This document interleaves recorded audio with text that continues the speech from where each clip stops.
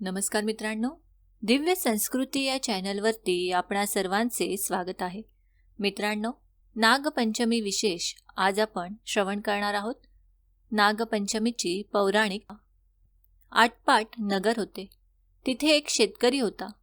त्याच्या शेतात एक नागाचे वारूळ होते. श्रावण मासी नागपंचमीचा दिवस आला. शेतकरी आपल्या नित्याप्रमाणे नांगर घेऊन शेतात गेला. नांगरता नांगरता काय झालं? वारुळात जी नागांची नागकुळे होती त्यांना नांगराचा फाळ लागला व ती लवकरच मेली. काही वेळाने नागिन तेथे आली. आपलं वारूळ पाहू लागली. तो तिथे वारूळ नाही आणि पिल्लेही नाहीत. इकडे तिकडे पाहू लागली तर तिला रक्ताने भिजलेला नांगराचा फाळ दिसला. तसं तिच्या मनात आलं, ह्या शेतकऱ्याच्या नांगराने माझी पिल्लं मेली. या शेतकऱ्याचा निर्वंश करावा असे तिच्या मनाने घेतले. फणफणतच ती शेतकऱ्याच्या घरी गेली. मुलाबाळांना, लेकी सुनांना आणि शेतकऱ्याला दंश केला. त्याचबरोबर सर्वजण मरून पडले. पुढे तिला असे समजले की ह्यांची एक मुलगी परगावी आहे. तिला जाऊन दंश करावा म्हणून निघाली. ज्या गावी मुलगी दिली होती त्या ठिकाणी आली. तो त्या घरी बाईने पाटावर नागनागिन 9 नागकुळं काढली आहेत. त्यांची पूजा केली आहे. दुधाचा नैवेद्य दाखविला आहे. नागाने, लाया, दुर्वा वगैरे वाहिल्या आहेत. मोठ्या आनंदाने पूजा पाहून संतुष्ट झाली. दूध पिऊन समाधान पावली. चंदनात आनंदाने लोळली. इकडे हिची प्रार्थना आपली डोळे मिटून चाललीच आहे. इतक्यात नागिण उभी राहिली. तिला म्हणू लागली, बाई बाई, तू कोण आहेस?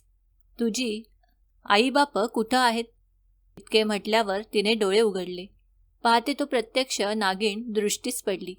बाई बिचारी भिवू लागली. नागिण म्हणाली, भिवू नको, घाबरू नको, विचारल्या प्रश्नांचे उत्तर दे. तिने आपली सर्व हकीकत सांगितली. ती ऐकून नागिणीला फार वाईट वाटले. ती मनात म्हणाली, ही आपल्याला इतक्या भक्तीने पूजते आहे, आपले व्रत पाळते आहे आणि आपण हिच्या बापाचा निर्वंश करण्याचे मनात आणले. हे चांगले नाही असे म्हणून सांगितले. तिने ते ऐकले. तिला खूप वाईट वाटले. त्या मुलीने आईबाप जिवंत होण्याचा उपाय विचारला. तिने तिला अमृत दिले. ते घेऊन त्याच पावली ती माहेरी आली. सगळ्या माणसांच्या तोंडात अमृत घातले. सगळे माणसे जिवंत झाली. सगळ्यांना आनंद झाला. बापाला तिने झालेली सगळी हकीकत सांगितली. तेव्हा बापाने विचारले, हे व्रत कसे करावे? मुलीने व्रताचा सगळा विधी सांगितला व शेवटी सांगितलं की इतकं काही झालं नाही तर निदान इतकं तरी पाळावं. नागपंचमीच्या दिवशी जमीन खणू नये, भाज्या चिरू नयेत, तव्यावर शिजवू नये, तळलेले खाऊ नये, नागोबाला नमस्कार करावा असे सांगितले. तेव्हापासून तो नागपंचमी पाळू लागला.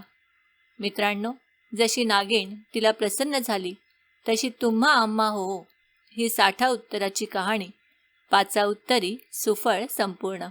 मित्रांनो, या गोष्टीतून हेच तात्पर्य आपल्याला मिळते, कितीही दृष्ट प्राणी असला पण जर त्याची आपण मनोभावे चांगली आराधना केली तर तो संतुष्ट झाल्या वाचून राहणार नाही.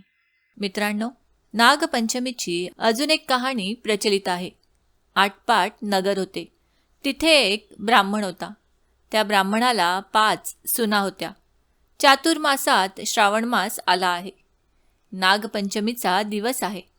कोणी आपल्या आजोळी, कोणी आपल्या पंजोळी, कोणी माहेरी अशा सर्व सुना गेल्या आहेत. पण सर्वात धाकटी सून होती, तिच्या माहेरचं कोणीच नव्हतं. तेव्हा ती जरा खिन्न झाली व मनात माझा सर्व संबंधी नागोबा देव आहे असे समजून नागोबा मला माहेराहून न्यावयास येईल असे म्हणू लागली. इतक्यात काय झाले, शेष भगवानास तिची करुणा आली. त्याने ब्राह्मणाचा वेश घेतला. त्या मुलीला नेण्याकरता आला. ब्राह्मण विचारात पडला, हा इतके दिवस कुठे लपून राहिला व आत्ताच कुठून आला? पुढे त्याने मुलीला विचारलं. तिनेही हाच माझा मामा आहे असे सांगितले. ब्राह्मणाने तिची रवानगी केली. त्या वेशधारी मामाने तिला आपल्या वारुळात नेले.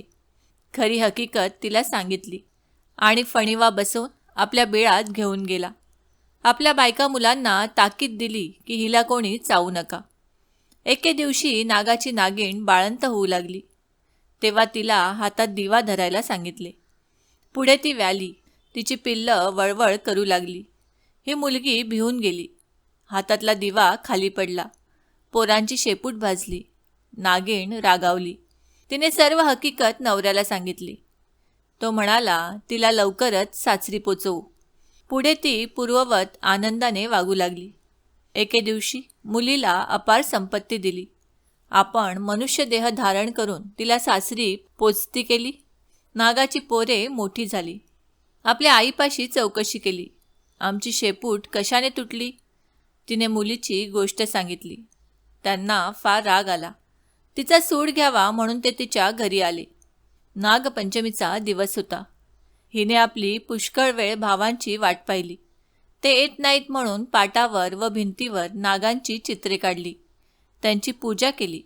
नागांना लाया, दूध वगैरे ठेवले. उकडीचा नैवेद्य दाखवला. हा सर्व प्रकार नागांची पिल्ले पाहत होती. सरते शेवटी तिने देवाची प्रार्थना केली. जय नागोबा देवा, जिथे माझे बाहू, लांडोबा, पुंडोबा असतील तिथे खुशाल असोत, असे म्हणून नमस्कार केला. इकडे सर्व प्रकार त्यांनी पाहून मनातील सर्व राग घालविला. मनात तिच्याविषयी दया आली. पुढे त्या दिवशी तिथे वस्ती केली.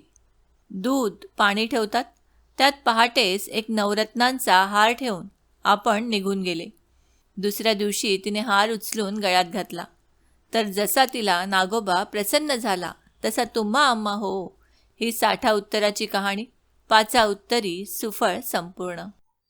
मित्रांनो, श्रावण महिना सुरू झाला आहे आणि श्रावणातील प्रमुख आणि पहिला सण म्हणजे नागपंचमी.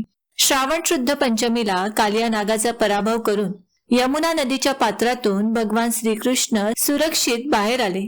तो दिवस नागपंचमी म्हणून साजरा केला जातो. महादेवांच्या प्रतीकांपैकी एक महत्वाचे प्रतीक नाग आहे. तसेच श्री विष्णूचे प्रतीक म्हणूनही नागाकडे पाहिले जाते. म्हणूनच मित्रांनो, आज आपण या व्हिडिओमध्ये नागपंचमी पूजाविधी, नागपंचमीचे आध्यात्मिक आणि सांस्कृतिक महत्त्व, नागपंचमीला नागदेवतेला कोणता नैवेद्य अर्पण करावा, नागपंचमीला भावासाठी उपवास कधी करावा, तसेच भावासाठी कोणती प्रार्थना करावी, या दिवशी काय करावे आणि काय करू नये याची सविस्तर माहिती आज आपण या व्हिडिओमधून बघणार आहोत. मित्रांनो, नागपंचमीला प्रामुख्याने 8 नाग देवतांची पूजा केली जाते आणि ते म्हणजे वासुकी, ऐरावता, मणिभद्र, कालिया, धनंजय, तक्षक, कर्कोटकस्य आणि धृतराष्ट्र. त्यांची पूजा केल्याने शुभफळ प्राप्त होतात आणि सापांच्या भीतीपासून मुक्ती मिळते. श्रावण महिना हा शंकराचा प्रिय महिना असून या काळात नागपंचमी आणि नागपूजेला विशेष महत्त्व आहे. या दिवशी घरोघरी नागदेवाची पूजा करून त्याला प्रसन्न करण्याची प्रथा आहे. ग्रामीण भागात नागपंचमीच्या आदल्या दिवशी उपवास केला जातो. प्रांतानुसार उपवास करण्याची पद्धत वेगवेगळी आहे. काही प्रांतांमध्ये नागपंचमीचा उपवास त्याच दिवशी केला जातो आणि त्याच दिवशी सोडला जातो, तर काही प्रांतांमध्ये नागपंचमीचा उपवास आदल्या दिवशी करून दुसऱ्या दिवशी नागदेवाची पूजा केल्यानंतर सोडला जातो. गरुड पुराणानुसार नागपंचमीच्या दिवशी नागाच्या प्रतिमेची पूजा केली जाते. म्हणजेच पाटावर हळद आणि चंदनाने नाग, नागिण आणि त्यांच्या पिल्लांची चित्रे काढून त्याला दूध, लाया, आघाडा, दुर्वा वाहून पूजा करतात. श्रावण महिन्यात म्हणजेच पावसाळ्यात आघाडा सर्वत्र उगवतो. या सणात या वनस्पतीला महत्वाचे स्थान असते. शेवटी नागदेवतेचे ध्यान करून पूजा व आरती करावी. पूजा करताना पुढील मंत्र बोलावा. ओम भुजंगेशाय विद्महे सर्पराजाय धीमहि तन्नो नाग प्रचोदयात. मंत्र पुन्हा एकदा ऐका. ओम भुजंगेशाय विद्महे सर्पराजाय धीमहि तन्नो नाग प्रचोदयात. आरती झाल्यावर नागपंचमीची कथा वाचावी. नागदेवताची पूजा झाल्यानंतर त्याला दूध, साखर, उकडीची पुरणाची दिंड करून नैवेद्य दाखवला जातो. या सणाला विशेषतः गव्हाची खीर आणि चण्याची डाळ, गूळ यांपासून बनवलेल्या उकडीची पुरणाची दिंड तयार केली जाते किंवा तांदळाची खीर काही प्रांतांमध्ये केली जाते. नागपंचमीचा उपवास हा भावासाठी केला जातो. भावाला चिरंतन आयुष्य आणि अनेक आयुधांची प्राप्ती हो आणि तो प्रत्येक दुःख आणि संकट यातून तारला जाओ, हेही उपवास करण्यामागे एक कारण आहे. नागपंचमीच्या दिवशी भावासाठी उपवास करण्याची प्रथा वेदकालापासून प्रचलित आहे. यामागे कथा अशी की सत्तेश्वरी नावाची एक कनिष्ठ देवी होती. तिला एक भाऊ होता. त्या भावाचा मृत्यू नागपंचमीच्या आदल्या दिवशी झाला. त्यामुळे भावाच्या शोकात सत्तेश्वरीने अन्न ग्रहण केले नाही. सत्तेश्वरीला तिचा भाऊ नागरूपात दिसला, तेव्हा तिने त्या नागरूपाला आपला भाऊ मानले. त्यावेळी नागदेवतेने वचन दिले की जी बहीण माझा भाऊ म्हणून पूजा करील तिचे रक्षण मी करीन. त्यामुळेच या दिवशी नागाची पूजा करून प्रत्येक स्त्री नागपंचमी साजरी करते. नागपंचमीच्या दिवशी नागदेवतेचे शास्त्रोक्त पूजन केल्यानंतर आनंदाचे प्रतीक म्हणून स्त्रियांनी झोका खेळण्याची देखील प्रथा चालत आलेली आहे. नागराजाने सत्तेश्वरीला दृश्य स्वरूपात समोर येऊन सत्तेश्वराचे रूप प्रकट केले. तेव्हा ती आनंदाने झाडांच्या फांद्यावर झोके घेऊ लागली. त्यामुळे स्त्रिया त्या दिवशी झोका खेळतात. जसा झोका वर जातो तसा भाऊ प्रगतीच्या शिखरावर जाऊ दे आणि झोका खाली येतो तशा भावाच्या आयुष्यात आलेल्या सर्व अडचणी आणि दुःखे खाली जाऊ देत, असा भाव ठेवून जेव्हा बहीण प्रत्येक विचार आणि कृती करते तेव्हा भावाची आध्यात्मिक आणि व्यावहारिक उन्नती होते. सत्तेश्वरीचा भावासाठीचा शोक पाहून नागदेव प्रसन्न झाले. त्याने तिचा शोक दूर करण्यासाठी आणि तिला आनंदी करण्यासाठी नवीन वस्त्रे परिधान करण्यासाठी दिली. तसेच निरनिराळे अलंकार देऊन तिला सजवले. त्यातून सत्तेश्वरी समाधानी झाली. त्यामुळे नागपंचमीच्या दिवशी स्त्रिया नवीन वस्त्र आणि अलंकार परिधान करतात. नागपंचमीच्या पूजेतून सर्व प्राणीमात्रांमध्ये परमेश्वर आहे हे आपल्याला हिंदू धर्म शिकवते. श्रावण महिना शिवाची उपासना करण्यासाठी सर्वोत्तम मानला गेल्यामुळे नागपंचमी आणि नागपूजेला विशेष महत्त्व प्राप्त होते. नागपूजेच्या दिवशी नागदेवतेची पूजा केल्यास कालसर्प आणि सर्पदोषाचा प्रभाव दूर होतो. नागपंचमीला नागदेवतेची पूजा केल्यास कुटुंबात सर्पभय राहत नाही, असे भविष्य पुराणात सांगितले गेले आहे. सर्पभय मुक्तीसाठी नागपंचमीला घराच्या मुख्य दरवाजावर गायीच्या शेणाने नागाची मूर्ती तयार करून त्यावर दुर्वा आणि शेंदूर लावावे. या दिवशी काहीही चिरू किंवा कापू नये, तळू नये, चुलीवर तवा ठेवून भाजू नये, कोणाची हिंसा करू नये, जमीन खणू नये, शेतामध्ये नांगर चालवू नये. या दिवशी झाडे तोडू नये, शिवणकामाशी संबंधित कोणतेही काम करू नये, कारण ते अशुभ मानले जाते. नागपंचमीच्या दिवशी लोखंडी भांड्यांमध्ये अन्न शिजवू नये किंवा लोखंडी भांड्यात अन्न खाऊ नये. नागपंचमीच्या दिवशी कोणासाठीही तोंडातून चुकीचे शब्द काढू नका, हे अत्यंत चुकीचे मानले जाते.